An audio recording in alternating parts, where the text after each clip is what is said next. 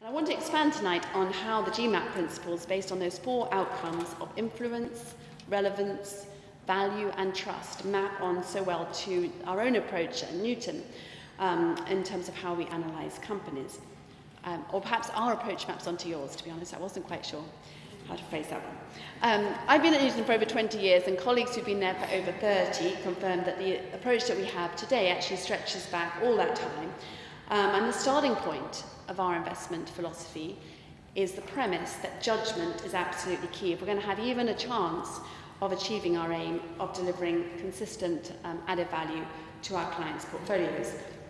Quantitative models sound really appealing. It sort of seems less messy somehow if we can distill things always into numbers and depend on those backwards testing relationships between variables rather than the somewhat more nebulous, vague-sounding concepts of intelligence, judgments, and even emotions. But I think the quant models might seem more reassuring, but actually it's a false comfort and a dangerous one. Witness that 25 standard deviations comment. Such backward-looking models simply can't capture the big changes. And at Newton, we believe that successful investing is very much more of an art than a science. And you'll see, as I explain a bit more about it, how there are parallels not just with your GMAPs, but really we're very similar in our approach. So our investment process starts with a framework that, like yours, deliberately attempts to facilitate dynamism, insights, and judgment. And we start at Newton by recognising big, sort of uncontrovertible themes that are likely to influence, echoing your principle, what will be the winning and losing companies around the world. Now, these themes are very obvious things, and deliberately low. So, for example, population dynamics, where we might have in an ageing population, obviously a greater need for healthcare, and then growth and consumption tailwinds in countries with much younger populations. And the themes don't tell us, somewhat inconveniently really, specifically when or where to invest, rather they're pointers, remind us of the big influences. So topically, but for a long time, Chinese influence has been another of our 14 current themes, but it doesn't tell us whether or when we should invest in China, just as basically shorthand for the fact that whatever happens in China will have a massive influence on very many dimensions of the world economy, on specific sectors and individual companies. And then the themes evolve over many years as events unfold. They're not static. So, for example, at the moment, we're looking at how to update a theme around global realignment, where we were talking about the transfer of power between the developed economies towards the developing world. But of course, that needs more subtle nuancing now. There are highly differentiated examples within those two categories. And now we're looking at how do we capture the fact that we think in a multipolar world where there are many different ingredients around power and influence, and the drivers of growth are often much more localized. And what the themes in aggregate help us to do is to sift all of that vast information that Eric Schmidt referred to into what's relevant, again, one of your principles.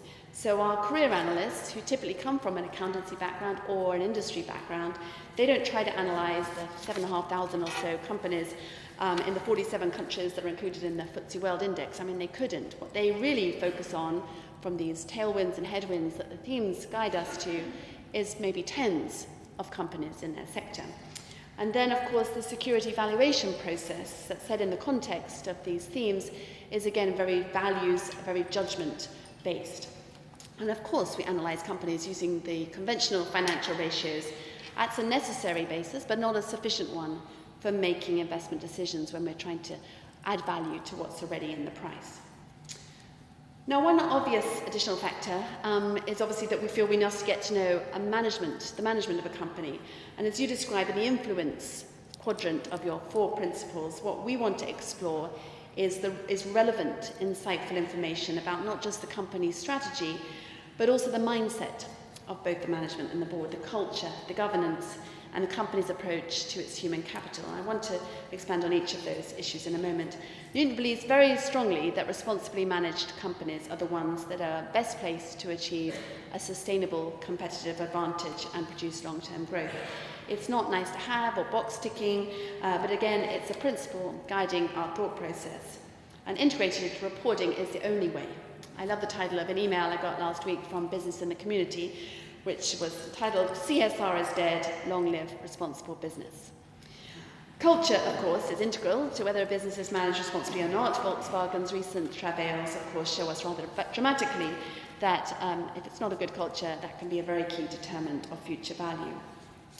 Another company-specific example that I can now cite, because it happened a long time ago, is Northern Rock. In 2002, and I'm not ashamed to admit it because it all worked out okay, Newton was actually the largest single shareholder in Northern Rock. But by 2005, we had sold out completely. Yes, in part because we were uncomfortable with the pure numbers, the funding model in particular, but also we felt the management team was exhibiting hubris.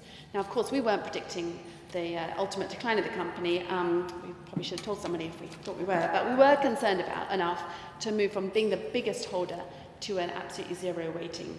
And at Newton, we believe there are absolutely no difference between, some people talk about financial and non-financial factors. We would say that all factors are financial.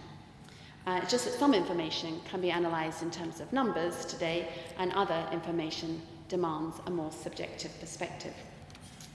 Of course, these days we all talk a lot about culture and governance, and your principles capture the importance of trust as a fundamental influence on the long-term value of a company. And again, I think it's vital not to be daunted by the inevitable imprecision of nature of assessments of culture. It's more honest to recognise the need for human discernment than to pretend that we've created a model that works without it.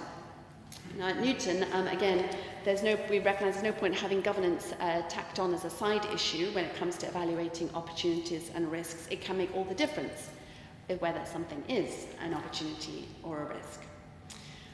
Now, of course, it will also come as no surprise to learn that Newton also looks at diversity as one indicator of good governance. And this is another of those mega trends that I talked about earlier that's shaping our world. Gender and other equality movements, I think, are just completely unstoppable. And those that don't get this are going to find that they are going to be struggle. They will be perceived, at least, as less modern and therefore less sort of up with events, less able to stay connected with their customers and therefore less competitive. But to be honest, we wouldn't want to base our decision on whether to invest in a company solely on whether, for example, there were 3 women on the board or 2 women on the board. We don't have a single variable approach. Yet again, it's tricky to come up with a single measures or robust screening tools to properly assess the quality, which is really what we're interested in, of governance. Once more, judgment is required, and I think it's not just in the eyes of the beholder.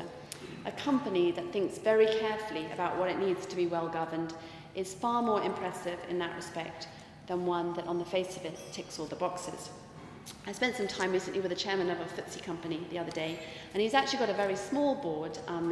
It's quite different to many other boards these days, and he argued very powerfully in favour of a more unitary board where there isn't so much of a sort of, there's the non-execs and there's the execs, and the non-execs' job is to challenge the execs. That's become very much the fashion to think that's what's right now. And actually he argued that actually having more collective problem solving, were incorporating very diverse perspectives of the board members, led to better decisions. And I think, his account was extremely compelling, and it echoed, frankly, some of the unease I have personally felt when seeing the power of non-execs sometimes. There have been some examples recently where CEOs have been ousted, frankly, by people who perhaps probably are less well judged or experienced in the subject matter of the company than the full-time executives might be. And it's important, of course, that each person feels on a board comfortable in making challenges, but a linear divide between execs and non-execs feels to me to be too abrupt and divisive. And it's a good example. We've had so much discussion in this country and moved in the direction of quite different approach with non-execs and execs. I think it's a good example where we need to be open and keep continually reassessing things.